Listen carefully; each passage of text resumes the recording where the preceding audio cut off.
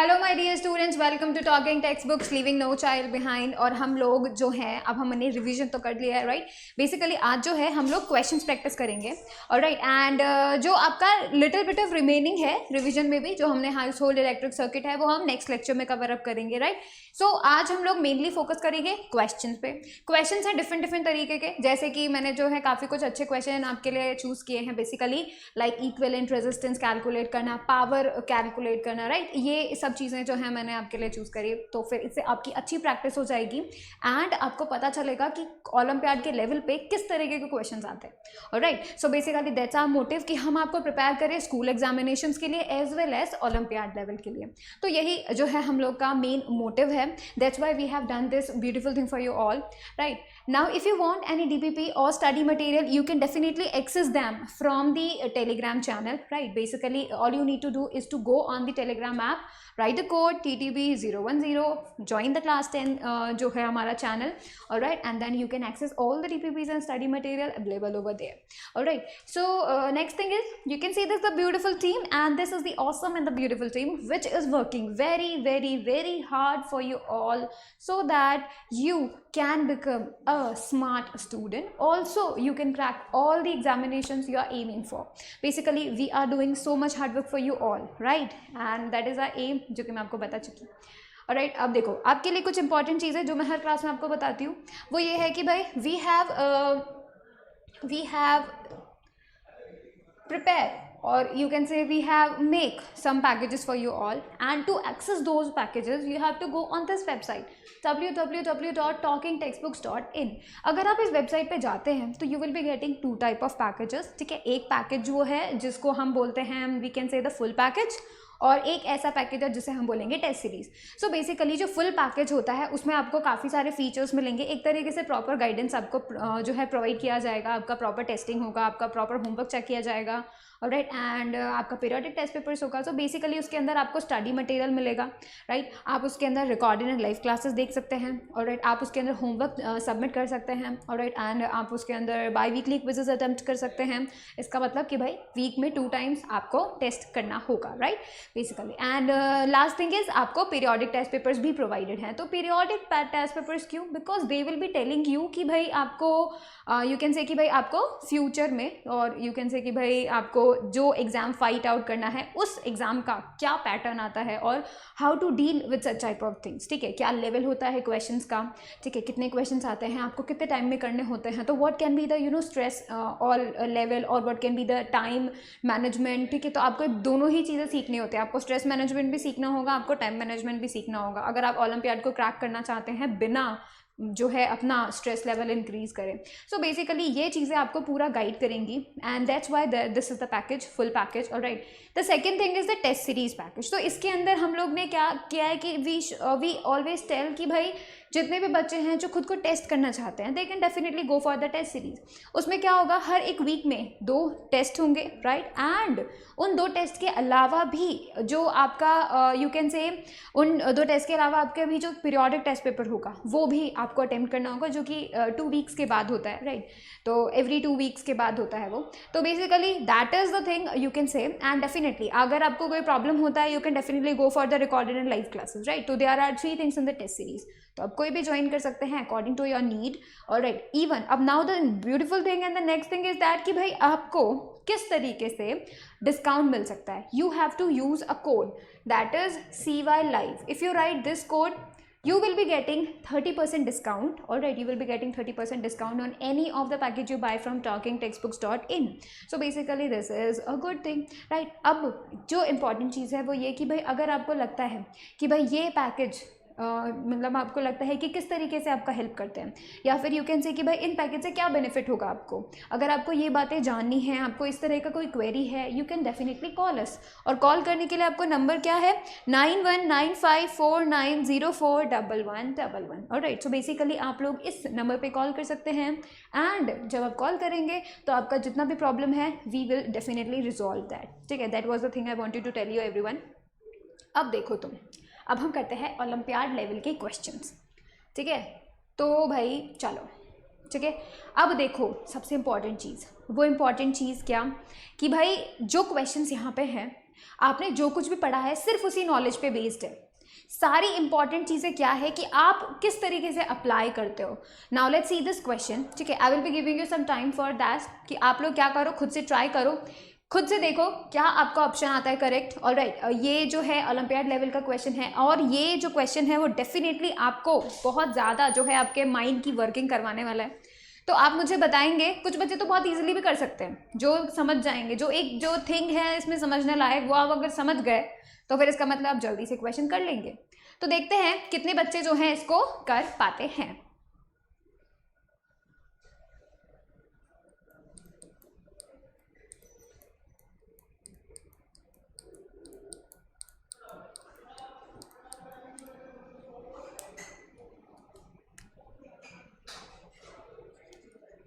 Alright, सभी बच्चों ने सॉल्व कर लिया, ठीक है।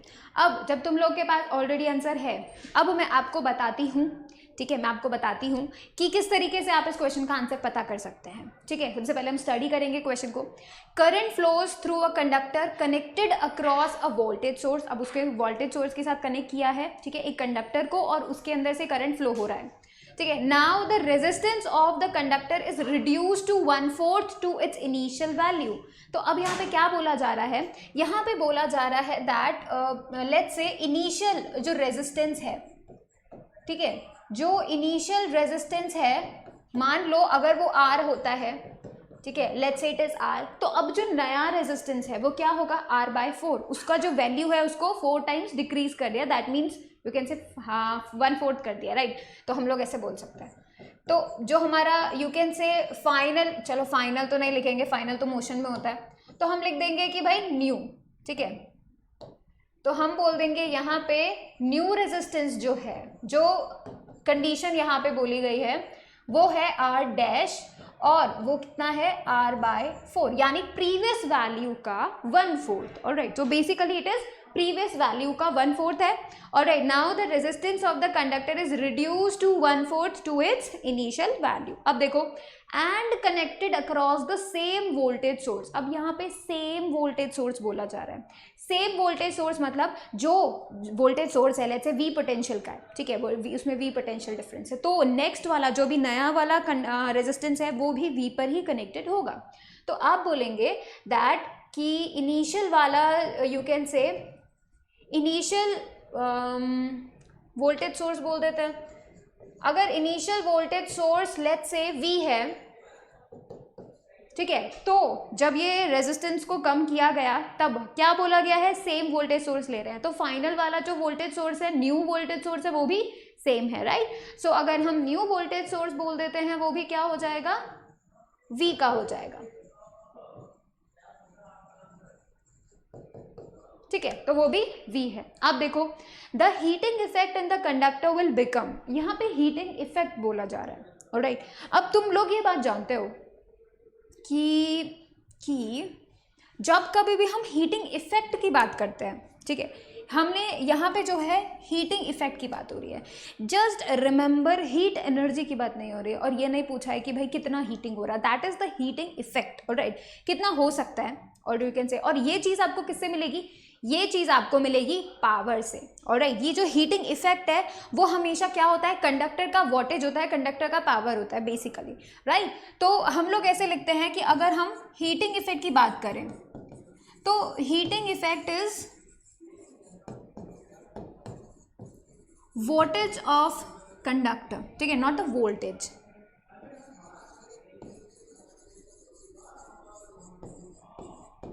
ठीक है। सो this is the heating effect is the voltage of the conductor. So basically हम लोग हीटिंग इफेक्ट में बोल सकते हैं कि किस तरीके से जो रेडिएशन है, ठीक है, या फिर यू कैन से किस तरीके से करंट, वोल्टेज और यू कैन से रेजिस्टेंस अगर चेंज होते हैं वैल्यू और हमें उसका हीटिंग इफेक्ट बताना हो किसी भी कंडक्टर का, तब हम हमेशा इसको यूज़ कर लेंगे। और अब मैं आपको पूछना चाहूँगी कि ऐसा पावर का फॉर्मूला बताओ, ठीक है, ऐसा वोल्टेज का फॉर्मूला बताओ जिसके अंदर सिर्फ वोल्टेज हो, यानी कि V हो, और उसके अंदर क्या हो, रेजिस्टेंस। बिकॉज करंट का तो यहाँ बात ही नहीं हो रही है, राइट। तो करंट का कोई फ़ायदा नहीं होगा अगर हम करंट वाला फॉर्मूला लेंगे। तो बेसिकली हमें लुकआउट करना है वो फॉर्मूला जिसके अंदर वोल्टेज हो और जिसके अंदर रेजिस्टेंस हो, किसका, पावर का यानी वोल्टेज का, राइट। तो बेसिकली हमें जो मिलता है वी कैन राइट, और यू कैन से P की जगह पे हम हीटिंग इफेक्ट भी लिख सकते हैं, because we are getting to know about the heating effect, तो हम यहाँ H भी लिख सकते हैं, ठीक है। तो मैं H से ही करना चाहूंगी।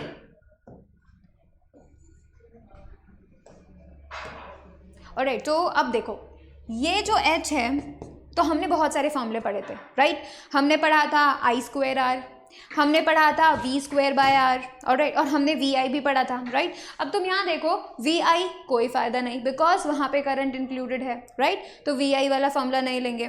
V²/R यस हम लोग ले सकते हैं, because there is V and there is R। I²R ये भी नहीं लेंगे, बिकॉज देयर इज I, और I का हमें नहीं है कुछ भी पता, ठीक है। I का इसमें कोई स्पेसिफिकेशन नहीं है, स्पेसिफिकली कुछ नहीं बताया गया है। So we are going to write V²/R। So this is the initial value, alright. जब हम फर्स्ट स्टेज की बात कर रहे थे ना, जब R रेजिस्टेंस था, this was the formula when it was initial, तो हम इसे इक्वेशन नंबर 1 लिख देते हैं, ऑलराइट। अब हम देखते हैं जब सिचुएशन बदल दी गई, यानी कि जब रेजिस्टेंस को 1/4 कर दिया गया, तब कितना जो है हीटिंग इफेक्ट वहाँ आना चाहिए। तो बेसिकली अगर हम लिखना चाहें, लेट इट बी H', ठीक है, H' है ये। अब H' है तो वी वुड बी राइटिंग इसके लिए V' का स्क्वायर, और we would be writing R', alright, ये लिख देंगे। अब मुझे बताओ कि ये जो V' है, मैंने यहाँ लिखा था ना, इनिशियल वोल्टेज सोर्स बराबर V, न्यू वोल्टेज सोर्स बराबर V, that means V' is equals to V। तो बेसिकली इस V' की जगह पे मैं ये वाला V लिख सकती हूँ, राइट। तो इसका मतलब H' का फॉर्मूला बन गया V²/R', ये बना, क्योंकि इस V' की जगह पे मैंने सिंपल V लिख दिया है, ठीक है, because there is the same voltage source. अब हम बात करते हैं H' बराबर V²/R' की।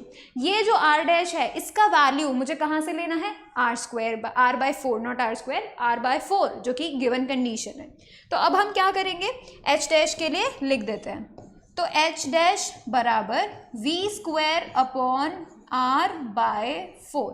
So whenever you get this type of condition, जब कभी भी आपको डिनोमिनेटर में फ्रैक्शन मिलता है, how do you deal with it. देखो क्या करना है आपको क्या करना है, इस 4 को how would I am writing, I am reciprocating it first and then I am multiplying it. कैसे कर रही हूँ वो देखो, V² एज इट इज, तो हम लोग V² को एज इट इज रखने वाले हैं। अब हम क्या करेंगे, 4 को, अभी देखो R/4 है ये, अगर मैं इसका रेसिप्रोकल करती हूँ तो what I will be getting 4/R, और इस 4/R को मैं मल्टीप्लाई कर दूंगी V² से, 4/R, that's what I would be writing। देखो R/4 है, because this is the denominator, और you can say the denominator के अंदर यहाँ पे जो है fraction है।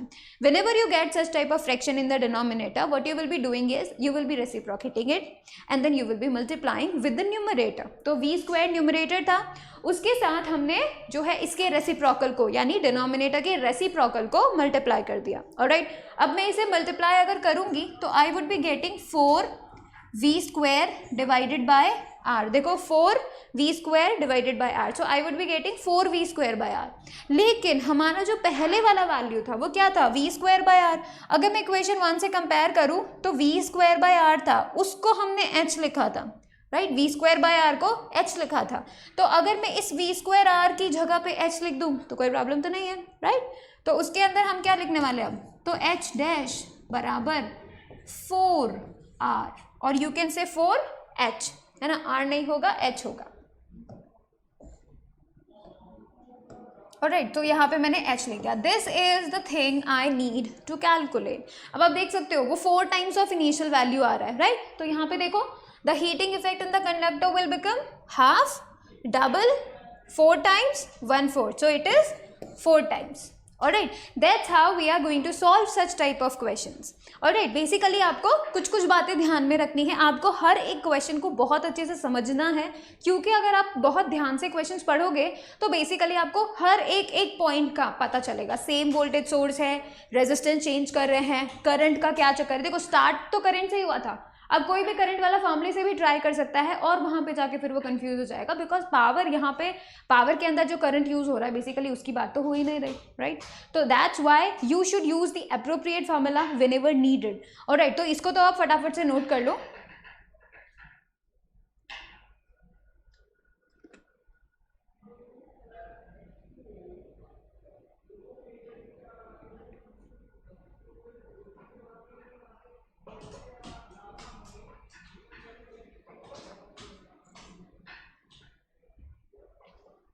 चलो अब हम करते हैं next question, and next question is based on the electrical energy. Alright, तो ये तो वही है भाई, जब हमने बिल का जो है कैलकुलेशन सीखा था, तो ये उसी पे बेस्ड है। चलो, जो अब इसमें बोला गया है, ठीक है, पहले तो चलो तुम खुद से ट्राई मारो, ठीक है, 10 सेकेंड्स के लिए तुम खुद से ट्राई करो, and then I will be telling you how to solve this type of questions.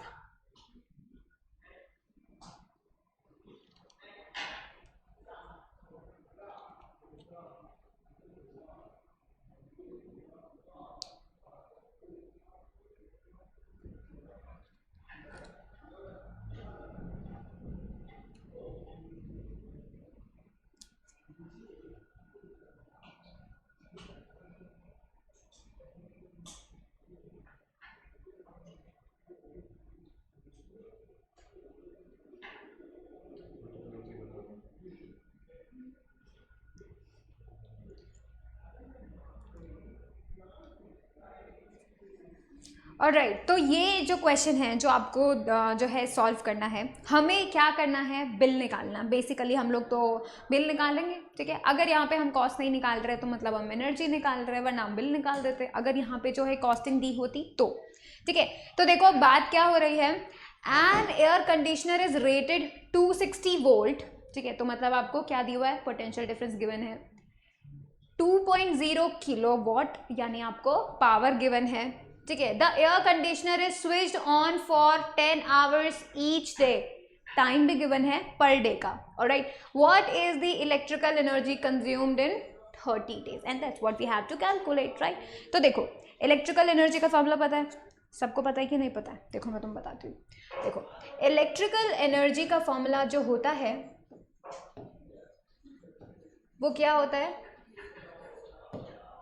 E बराबर P इंटू टी, ठीक है। That means power into time, जो भी अप्लायंसेस का है वो, ठीक है। अब आप मुझे बताओ कि यहाँ पर पावर का क्या वैल्यू है। पावर का वैल्यू है 2.0 किलो वोल्ट, ठीक है, नॉट वोल्ट, वॉट, ठीक है। तो 2.0 किलो वॉट।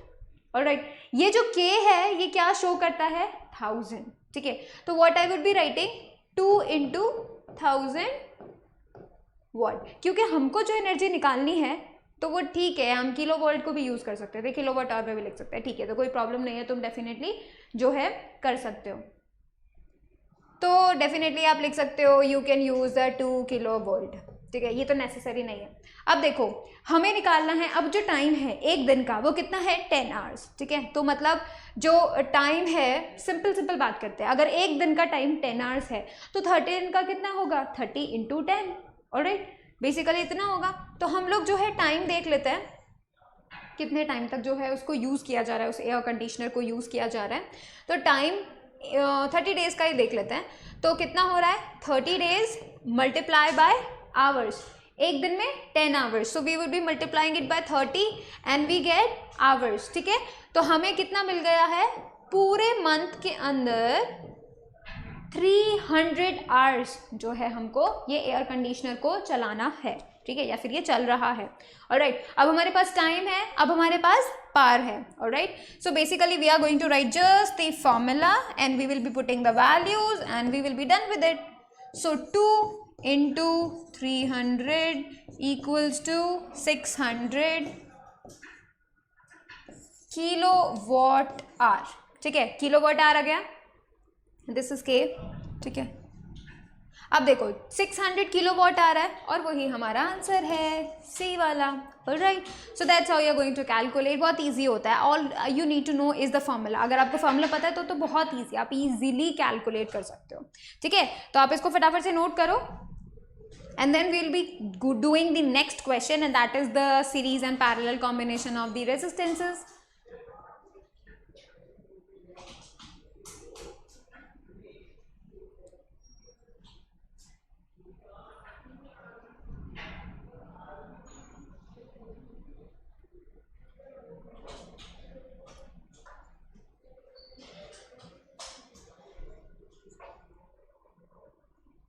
Alright, अब जो है हम अपना थर्ड क्वेश्चन देखने की कोशिश करते हैं, and this is the third question. Alright, now this is the shape. ये जो इतनी अजीब सी शेप आपको दी है, इसका आपको इक्विवेलेंट रेजिस्टेंस निकालना है, ठीक है। तो हमको क्या करना है, ए और बी के बीच में इलेक्ट्रिकल रेजिस्टेंस निकालना है, इक्विवेलेंट रेजिस्टेंस निकालना है, and this is the combination जिसके अंदर सीरीज भी कॉम्बिनेशन है और पैरेलल भी है, तो दोनों ही तरीके के कॉम्बिनेशन इसके अंदर अवेलेबल है, ठीक है। अब आपको पहचानना है how would you deal with it. तो मैं क्या करती हूँ, पहले आपको करने देती हूँ, ठीक है। ध्यान रखना ऑप्शंस में ये है 4/3, ये है 10/3, alright. So this is the thing. अब आप चलो खुद से करो, पहले तो जो है आराम से क्वेश्चन को देखो, ठीक है, क्वेश्चन को ट्राई करो खुद से, alright, and then we will be going to start, alright. बहुत ही ब्यूटीफुल क्वेश्चन है, अगर आप इसे कर पाए तो मतलब मैं समझ जाऊंगी कि आप लोग समझ चुके हैं series and parallel combination, alright.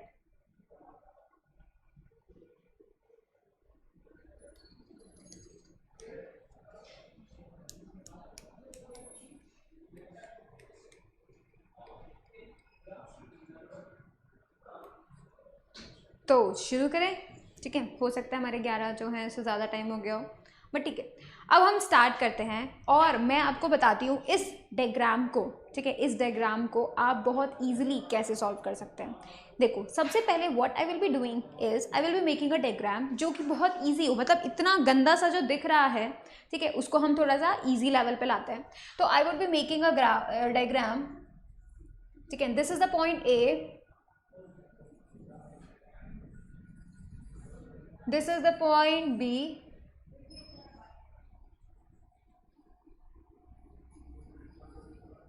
alright। अब देखो ये है पॉइंट C, ये है पॉइंट E, ठीक है, और ये है 2R, ये है 2R, ये है 2R, ये है R और ये है R।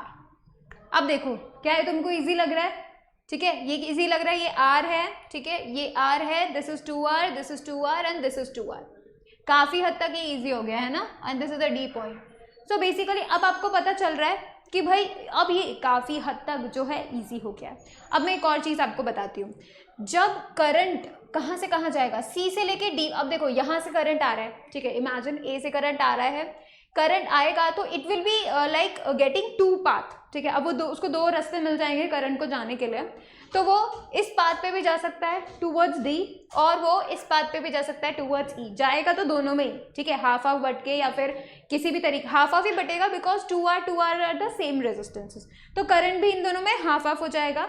अब देखो हाफ करंट डी में जाएगा, हाफ करंट ई में जाएगा, but there are two paths, that means they are in parallel, alright. अब एक बात ध्यान से सुनो, जब वो हाफ करंट डी में गया तो डी पर क्या उसको दो रास्ते मिल रहे हैं, नहीं मिल रहे हैं, बिकॉज जैसे वो सी से आ रहा था it will go in this direction, ठीक है, टूवर्ड्स ई में चला जाएगा। वो कैसे, डी से होकर टूवर्ड्स ई में चला जाएगा। सो बेसिकली उसको और रास्ता नहीं मिल रहा है डी पे, सिर्फ डी की बात हो रही है, ठीक है, डी के बाद उसको कोई और रास्ता नहीं मिल रहा है। That's why I am telling you this 2R and this 2R are in series, ठीक है, इसलिए ये सीरीज में है, बिकॉज यहाँ पर आने के बाद करंट जब यहाँ तक पहुंचा तो उसके पास एक ही रास्ता है जाने के लिए, that's why they are in the series. So basically जो नेक्स्ट डायग्राम मैं बनाऊंगी जो कि इसका क्या होगा, इक्विवेलेंट डायग्राम होगा, तो वो कुछ इस तरीके का बनेगा, ठीक है, वो कुछ इस तरीके से बनेगा।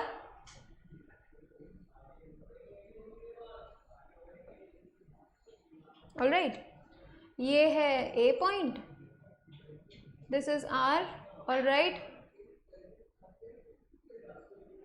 this is C, this is E, this is 2R, this is R, this is B, ठीक है, this is, अब देखो 2R plus 2R, because we do know series combination में क्या होता है, एड ऑन हो जाते हैं, दोनों रेजिस्टेंसेस एड ऑन हो जाते हैं, तो ये 2R और ये 2R दोनों को ऐड कर दिया and it becomes 4R। So I would be getting 4R here. अब देखो अब ये कितना सिंप्लीफाई हो चुका है, हमें पता चल रहा है 4R और 2R are in the parallel, alright, वो पैरेलल में है, हमें ये बात पता चल चुकी है, एंड जो भी रिजल्टेंट होगा वो इसके साथ और इसके साथ सीरीज में होगा, ऑलराइट, ये चीज़ तो पता चल गई हमको, ठीक है। तो हम क्या करते हैं, पहले सिर्फ इन दोनों को ही कैलकुलेट करते हैं, इन दोनों का जो रिजल्टेंट है, यू कैन से इक्विवेलेंट, उसको हम कैलकुलेट करते हैं and let it named as RP, ठीक है, RP इसको नाम दे देते हैं। अब देखो हमें पता है जो पैरेलल कॉम्बिनेशन का फॉर्मूला होता है वो क्या होता है, 1/RP ठीक है, यानी 1 upon equivalent resistance equals to 1 upon R1 plus 1 upon R2, that is the reciprocal of the individual resistances, उनका sum, that would be giving you the reciprocal of the resultant. Alright, so basically we would be writing 1 upon RP plus 1 upon 4R. Alright, मैं formula नहीं लिख रही हूँ, I would be writing direct 1 upon 2R plus 1 upon 4R. Alright, अब बस इसको calculate कर लेते हैं. So let's calculate it. RP मुझे क्या मिलेगा, मुझे मिलेगा 2R into 4R divided by 2R plus 4R. This is the thing I would be getting. Alright, तो देखो आरपी जो है मैंने कुछ भी नहीं किया, सिर्फ एलसीएम लिया है ना, और मैंने आरपी कैलकुलेट किया है. ठीक है, फाइनल जो कैलकुलेट किया दैट मीन्स मैंने रेसिप्रोकल भी कर दिया, एलसीएम लेने के बाद मैंने रेसिप्रोकल भी कर दिया and then I would be getting this. ठीक है, तो देखो कैसे R2R इंटू 4R, ये तो डिनोमिनेटर में आता है, एंड ऊपर में क्या आ जाएगा 4R प्लस 2R. अब इसका भी रेसिप्रोकल कर दिया तो एडिशन तो मिल गया नीचे और मल्टीप्लिकेशन मिल गया ऊपर. एंड अब देखो 4 into 2 that would become the 8R square, और नीचे क्या मिला 2R plus 4R that will give you the 6R. So it is 6R. अब R से R कैंसिल है ना, एक R से एक R कैंसिल हो गया, और 2 3s are 6, 2 4s are 8. So I would be getting 4/3R. That is the resultant. अब जो फाइनल जो हमारा सर्किट है जो मिलना चाहिए फाइनल, वो क्या मिलने वाला है हमको, वो कुछ इस तरीके का मिलेगा.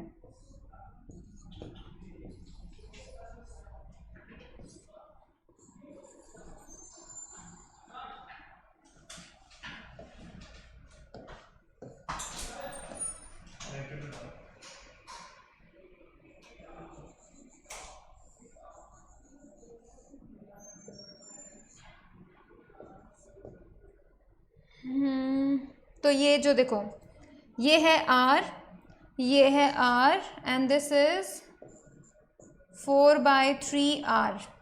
ठीक है, देखो this is R, this is 4/3R and this is R. ठीक है, तो अब देखो ये वाले दोनों को मैंने कंबाइन कर दिया, हमने इसका इक्विवेलेंट निकाल दिया और इसको रिप्लेस कर दिया. किससे, इक्विवेलेंट से. नाउ इट इज 4/3R है ना. अब देखो ये तो सब सीरीज में बन गए, so all we need is हम इन तीनों को ऐड कर देते हैं. ठीक है, तो हमारा जो फाइनल यानी REQ जो निकलना चाहिए, R इक्विवेलेंट जो निकलना चाहिए वो कितना निकलना चाहिए R. ठीक है, प्लस 4/3R प्लस R. ठीक है, मुझे ये मिलना चाहिए. तो अब R 4/3R plus R. So what I will be getting is 2R plus 4/3R. Alright, ये इस R को पहले तो ऐड कर दिया. अब देखो अब मैं एलसीएम ले लेती हूँ. सो अब देखो 3 2s are 6, आई हैव 8, बताओ 8 लिख दिया मैंने, 6 बोल रही हूँ.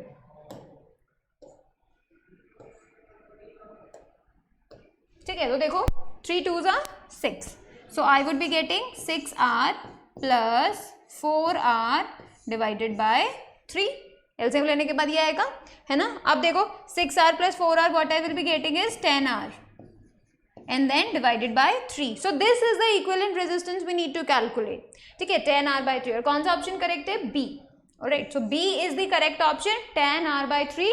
Alright, that's how we are going to solve such type of typical questions in these manner and easiest manner we can say. तो चलो अब आप इसको फटाफट से नोट करो ताकि हम अगले क्वेश्चन की तरफ जो है कदम बढ़ाएं.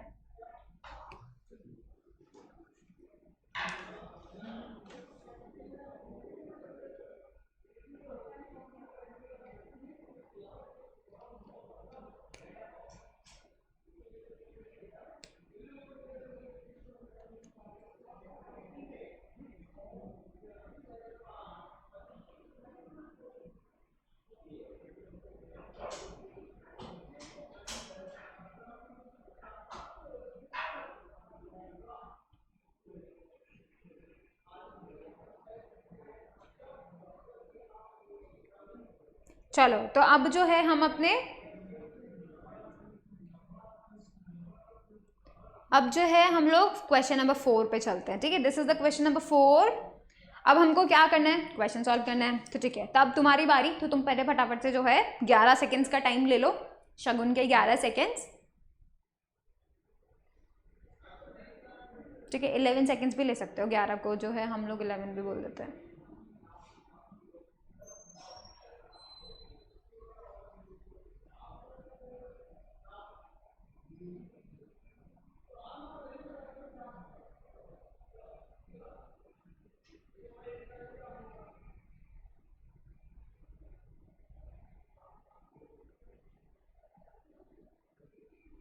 खत्म।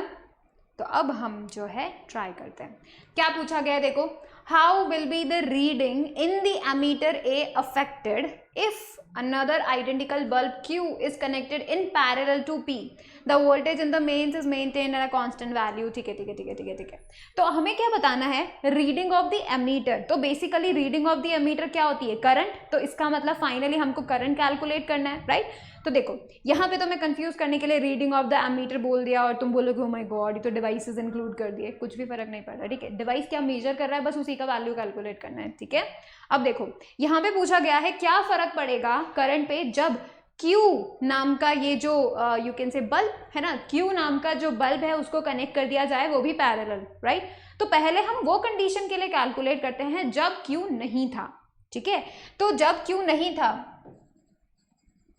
when Q was not there, तो जब Q नहीं था मतलब ये वाला जो पूरा ये है ना, ये नहीं था सर्किट, है ना, ये वाला पूरा सर्किट जो है मैंने ऐसे कैंसिल कर दिया, तो ये सर्किट नहीं था। अब जब वो सर्किट नहीं था तो मुझे बताओ करंट का वैल्यू क्या आना चाहिए, करंट का वैल्यू क्या आना चाहिए। पहले तो मान लो कि भाई P का रेजिस्टेंस R है, ठीक है। तो हमने जो है मान लिया let the resistance of P,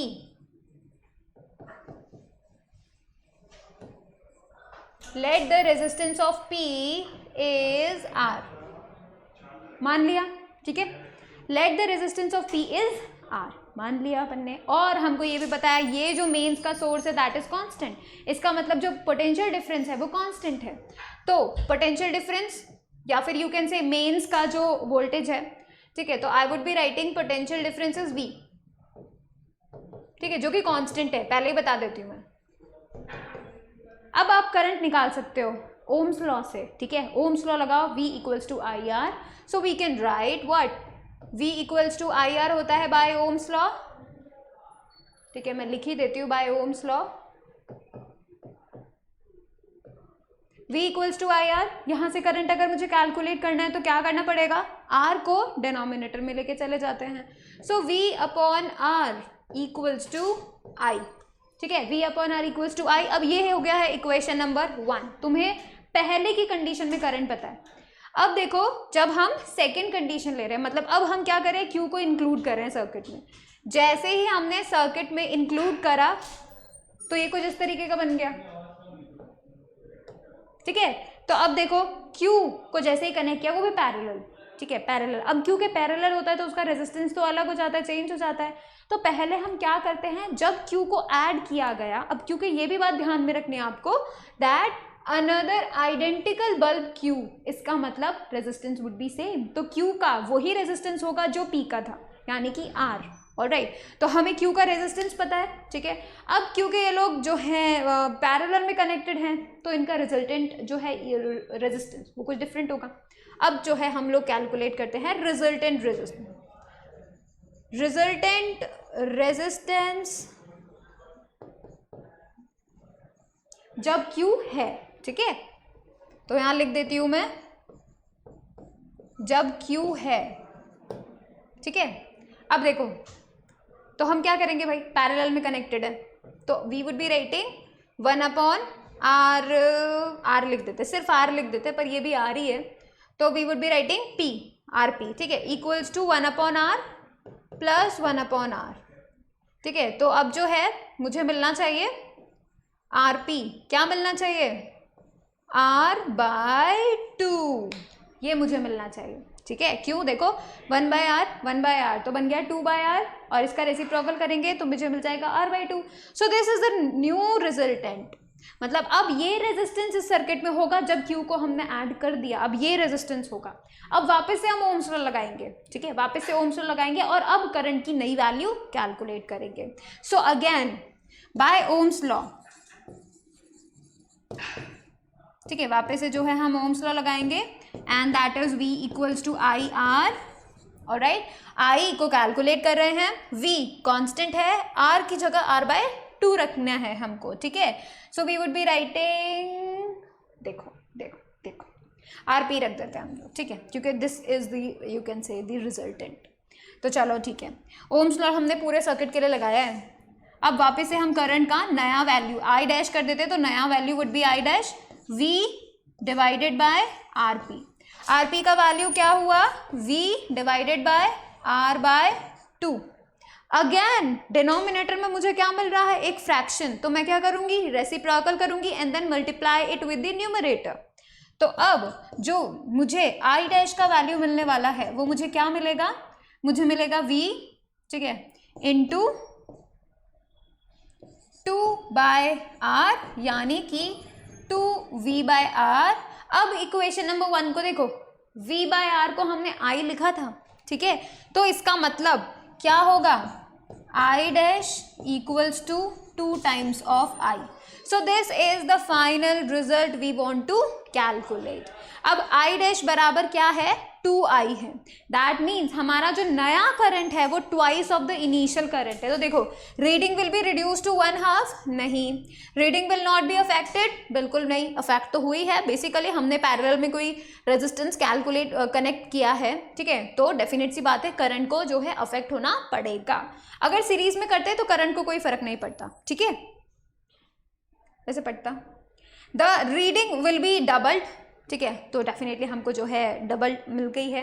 so we would be writing the reading will be doubled. Alright, तो हम लोगों ने जो है देख लिया है कि किस तरीके से अगर हम सेम रेजिस्टेंस को कैलकुलेट कर, नहीं, सेम रेजिस्टेंस को कनेक्ट करें अगर हम, ठीक है, वो भी पैरेलल में, तो क्या होता है, करंट का वैल्यू जो है ट्वाइस हो जाता है। ठीक है, तो ट्वाइस ऑफ द करंट जो है लग गया है। अब फटाफट से इसको नोट कर लो।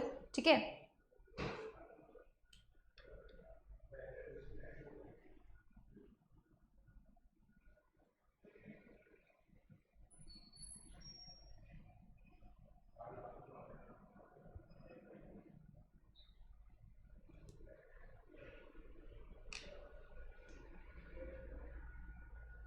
चलो, अब जब तुम लोगों ने नोट कर लिया है तो अब हम देखते हैं question number 5 and this is the question number 5। This is a very beautiful question.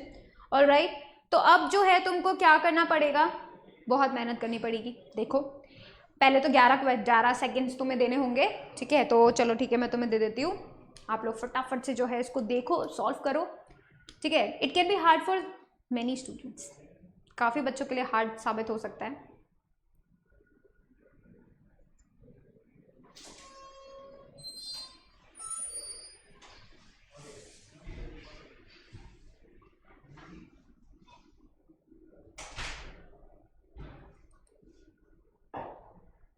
अब देखो, स्टार्ट करते हैं।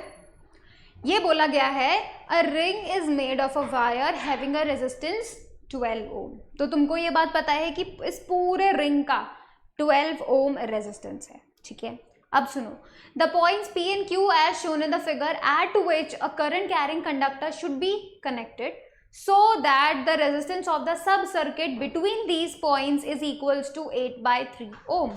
All right, divide the ring in lengths I, L1 and L2. All right, then तो मतलब बेसिकली क्या हो रहा है, ये P and Q जो कनेक्ट, ये मतलब ये ऐसे पॉइंट्स है जहां पे वायर कनेक्ट किया जा सकता है। ठीक है, तो यहाँ पे क्या किया गया, इस रिंग को, जो कि कंडक्टिंग रिंग है, वहां पर P and Q को कनेक्ट कर दिया। अब जब P and Q को कनेक्ट कर दिया तो अब ये क्या बन गया, ये एक पैरेलल कॉम्बिनेशन बन गया, जहां पे L1 लेंथ ऊपर की तरफ है, L2 लेंथ नीचे की तरफ है, and now it is a circuit with the parallel combination. Alright, उसके बाद आपको ये भी बोला गया है दैट कि इसका पूरा जो ये है रेजिस्टेंस है, ठीक है, दैट इज अ 12 ओम। ठीक है, पूरा रेजिस्टेंस जो है 12 ओम है, ये भी आपको जो है गिवन कर दिया गया है। सो बेसिकली इसके अंदर हमको क्या करना है, सबसे पहले तो हम लोग कैलकुलेट करेंगे रेजिस्टेंसेस की वैल्यू की, भाई L1 में कितना रेजिस्टेंस आ रहा है, L2 में कितना रेजिस्टेंस आ रहा है। जब हम ये कैलकुलेट कर लेंगे तब हम लेंथ का वैल्यू कैलकुलेट कर पाएंगे, मतलब उनका रेशियो निकाल पाएंगे, बिकॉज तब हमें रेजिस्टेंस याद है, रेजिस्टेंस का फॉर्मूला ρ L/A, तो वहां से हम लोग कनेक्ट कर लेंगे। ऑलराइट। तो पहला स्टेप हमारा क्या है, we should be connecting all the things, alright, and we should be definitely calculating the R1 and R2, alright. So basically हम लोग को यही काम करना है।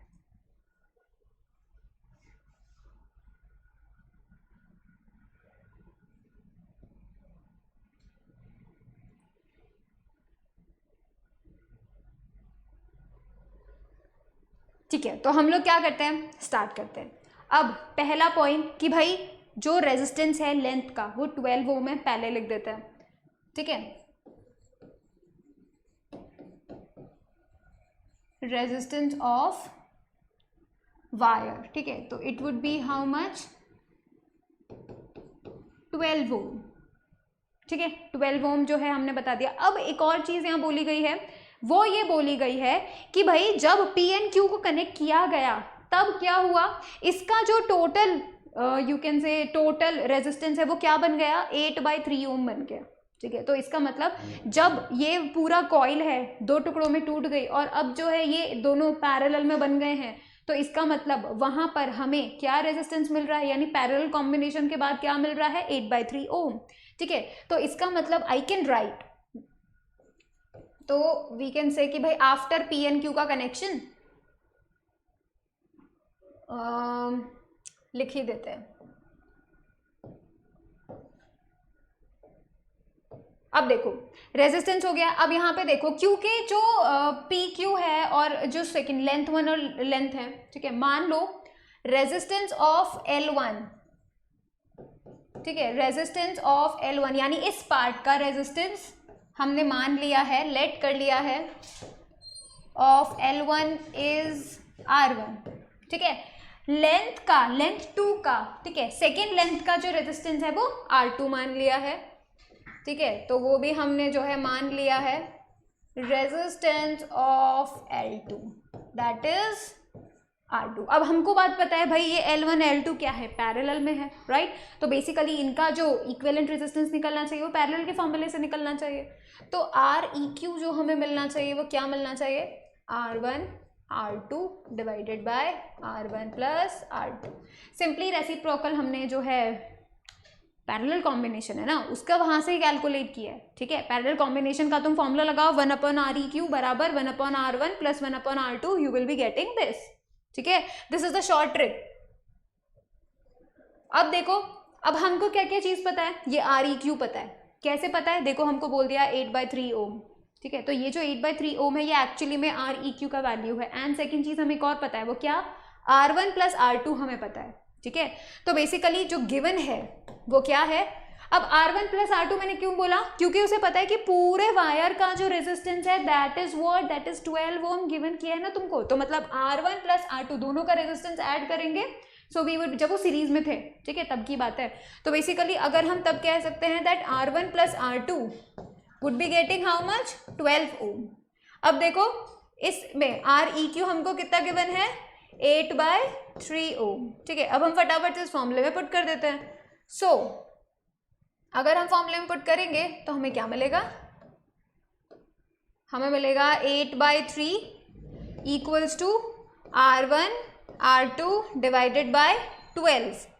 ठीक है, अब हम इसको वहां लेके चलते हैं। तो R1 R2 is equals to how much, ठीक है, it should be 8/3 into 12, 3 4s are 12, 8 4s are 32। तो ये इक्वेशन 2 मिल गई है हमको। ठीक है, ये इक्वेशन 1 थी, R1 plus R2 equals to 12, R1 into R2 equals to 32। इन दोनों को सॉल्व करते हैं and we will be getting R1 and R2। ठीक है, तो हमें R1 एंड R2 का वैल्यू मिल जाएगा। तो अब हम फटाफट से जो है देख लेते हैं, कैलकुलेट करते हैं। ठीक है, तो क्या होएगा, यहाँ से मैं ना चेंज कर लेती हूँ अपनी इंक को, ठीक है, ब्लू कर लेती हूँ। अगर मैं इस इक्वेशन की बात करूँ फ्रॉम इक्वेशन 1, तो यहाँ से मैं क्या करती हूँ, R1 और R2 का वैल्यू मैं लिखूंगी 12 माइनस का R1। क्यों लिखूंगी, अगर मैं इस R1 को दूसरे तरफ भेज देती हूँ तो इट वुड बी 12 माइनस का R1। ठीक है, तो I would be writing here 12 minus का R1। ठीक है, so I would be getting what, 32। क्या हो जाएगा, 12 R1 माइनस R1 का स्क्वायर इक्वल्स टू 32, राइट। अब ये क्वाड्रेटिक इक्वेशन बन चुकी है, राइट। अब you can solve the quadratic equation. चलो अब हमें दूसरी तरफ भेज देते हैं, तो इक्वेशन वुड बिकम r1 का स्क्वायर माइनस का r1 का स्क्वायर माइनस का 12r1 प्लस का 32, ठीक है, प्लस का 32 इक्वल्स टू 0 हो गया ये। अब मुझे बताओ कि भाई 12 को हम किस तरीके से सब्ट्रैक्ट करें, ऐड करें कि भाई उसको ऐड करने पे तो हमें क्या मिल जाए, 12 मिल जाए, और मल्टीप्लाई करने पे 32 मिल जाए। तो हमें ऐसा कौन सा नंबर मिल सकता है, बोलो मुझे बताओ, ठीक है। जो है हम लोग देख सकते हैं कि ऐसे कौन से नंबर्स हैं, कौन से, 8 4 जा, यस 8 and 4, ठीक है, बहुत ही बढ़िया। देखो ये 32 मुझे मिलेगा 8 into 4 यानी 32, और ये जो 12 है माइनस का 12r1 है, ये मुझे क्या मिलेगा, ये मुझे मिलेगा माइनस का 8 माइनस का 4 बेसिकली, राइट। तो आई कैन से कि इसके जो इक्वेशन के जो सोल्यूशन है वो मुझे मिलेगा 8 and 4, ठीक है, 8 and 4 मुझे मिलना चाहिए, राइट। तो I would be getting 2 values, I would be getting r1 की 2 वैल्यूज, दैट इज 8 and 4। लेकिन जो है हमको ये चीज़ ध्यान में रखनी है कि हमें कौन सा जो है यूज़ करना है। वो कैसे पता चलेगा कि अगर मैं r1 में ये इसका वैल्यू जो मुझे 8 and 4 ओम मिला है, अगर मैं इक्वेशन 1 के अंदर डाल देती हूँ वैल्यूज़, तो देखो अगर मैं r1 का वैल्यू 8 जो है रखती हूँ तो मुझे r2 कितना मिलेगा, 4, और अगर मैं r1 का वैल्यू 4 रखती हूँ तो मुझे r2 कितना मिलेगा, 8। तो बेसिकली आई कैन नो कि इन दोनों में से कोई ना वैल्यू जो है वो 8, 4 एंड यू कैन से 8 की है। अब मुझे बताओ किसका लेंथ ज़्यादा है इसमें से, R2 वाले का ज़्यादा है ना, ये L2 वाले का लेंथ ज़्यादा है ना, तो इसका मतलब रेजिस्टेंस किसका ज़्यादा होगा, इस वाले का ज़्यादा होगा। इसका मतलब 8 वाली जो वैल्यू है वो किसकी होगी, R2 की। तो I can write that R1 is equals to 4 ohm and R2 is equals to 8 ohm, I can write that, ठीक है। अब देखो हमें अब कुछ भी नहीं करना है, R1 मिल गया, R2 मिल गया, सो बेसिकली वी कैन अब हम देखो R1 एंड R2 ये पूरा है ना। अब क्या करते हैं हम, R1 अपॉन R2 को रेसिप्रोकल कर देते हैं। रेसिप्रोकल करने के चक्कर में अपन क्या करेंगे, rho L1 upon A1 divided by rho L2 upon A1। Why A1, मैंने A1 क्यों लिखा, बिकॉज यहाँ का एरिया ऑफ क्रॉस सेक्शन तो एक ही है, कंडक्टर तो एक ही है, तो ये कैंसिल आउट। रो से nature of the material same, cancel out. तो मुझे क्या मिला, बेसिकली मुझे मिला R1 upon R2 is equals to L1 upon L2। अब R1 का वैल्यू कितना है, 4, R2 का वैल्यू कितना है, 8, तो what I will be getting, I will be getting 4/8 and इसका मतलब आई वुड बी गेटिंग 1/2। सो इसका मतलब क्या हुआ, 1/2 is L1/L2 and this is totally different, ठीक है, ये बिल्कुल ऐसे ऐसे डिफरेंट है। अब देखो मुझे क्या मिला, L1/L2 इक्वल्स टू 1/2, तो इसमें से कौन सा ऑप्शन सही है, मेरा बी ऑप्शन सही है, ठीक है। That's how we are going to attempt all the questions, ठीक है। इस तरीके के क्वेश्चंस आपको करने हैं, बहुत ही मस्त क्वेश्चन था, अच्छा क्वेश्चन था, ठीक है। इससे जो है आपकी ब्रेन की बहुत अच्छी एक्सरसाइज हो जाती है। अब देखो ये वाला क्वेश्चन तो हम लोग कर चुके, राइट, बेसिकली। अब देखते हैं क्वेश्चन नंबर 5 हो गया है, 6 हम नेक्स्ट क्लास में करेंगे, 7 नेक्स्ट क्लास में, 8 नेक्स्ट क्लास में, 9 नेक्स्ट क्लास में। So thank you so much for watching the video, please like it, share it, subscribe it and do spread it a lot, ताकि सभी बच्चे इन क्वेश्चंस को करें और उनको जो है प्रिपरेशन हो सके। Thank you so much for watching it.